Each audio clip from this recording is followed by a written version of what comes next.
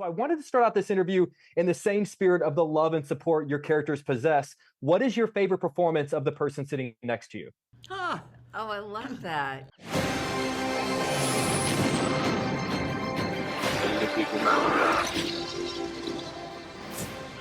Where we're going, we don't need roads. I'm going to jump into this. One of the things I most love about these characters is how loving and supportive they are of each other. And I think we should all be so lucky as to have friends like the characters you play. So I wanted to start out this interview in the same spirit of the love and support your characters possess. What is your favorite performance of the person sitting next to you?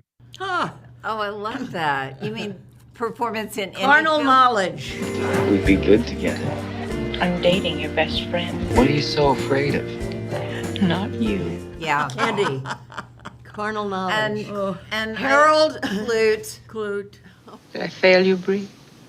Well, I mean, I've been coming here all this time, and I've been paying you all this money, and why do I still want a trick? Why do I still walk by a phone and want to pick up the phone and call? Okay. Melvin and Howard. Melvin and Howard for her. Oh my God, it's Melvin.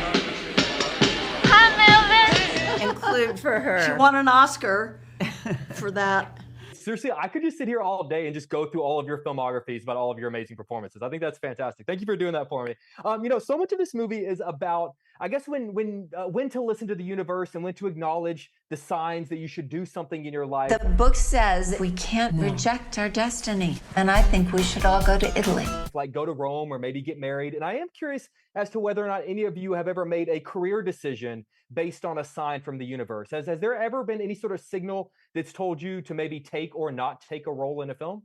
I think that I've sort of had these little whispers all my life, and I try to listen to them. I think it's important, and not to assume things are coincidence, but to see things in a more holistic way, maybe. And whenever I've done that, whenever I have gone with, those voices from, I have regretted it. When you try to listen to the universe, you've regretted it? Yeah. How strange. Huh.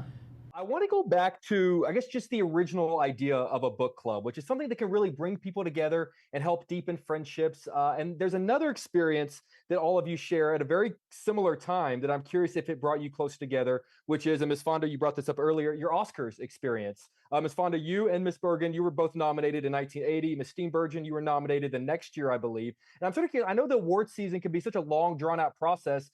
Does that form any kind of a friendship or a bond or relationship with your fellow nominees as you go through that process together? No. See, I don't know about you, but back then, we didn't do all of the we didn't campaign and stuff like that. So we never really got to know each other very well. It's very different now. Yeah. I think they do so many appearances together that they probably do kind of have a bond, but we were very separate, and it's just different. But there is a difference in the energy in Beverly Hills. Things go That's true. Yeah. For about a week. For about a week, exactly. An author once told me that the idea of a book club, friends reading their book as a shared experience, was one of the most fulfilling ideas that someone could have as someone who wrote a book, that the idea that everyone's choosing to read their novel together. And Ms. Fonda, Ms. Bergen, I know you're both published authors. Have you ever seen anyone reading your books out in public, or have you ever known book clubs to get together to read them? I was sitting on a plane about a year after my memoir, My Life So Far, came out. And I kind of glanced down and I saw a photograph of, I said, oh my God, that's my mother. Oh. And then I said, oh my God, he's reading my book. And he was underlining, and it was a man. I was so happy. I didn't tell him who I was. Oh. I didn't know. I wanted him to keep reading. It was great. I really liked it. I've never seen anyone reading my book. Nope. I read your books in bed. I read your books, but you'd have to be in my bedroom.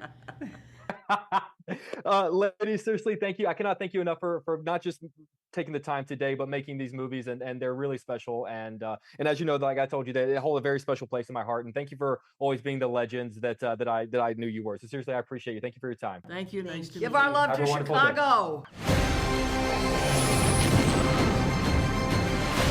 No, we're going. We don't need roads.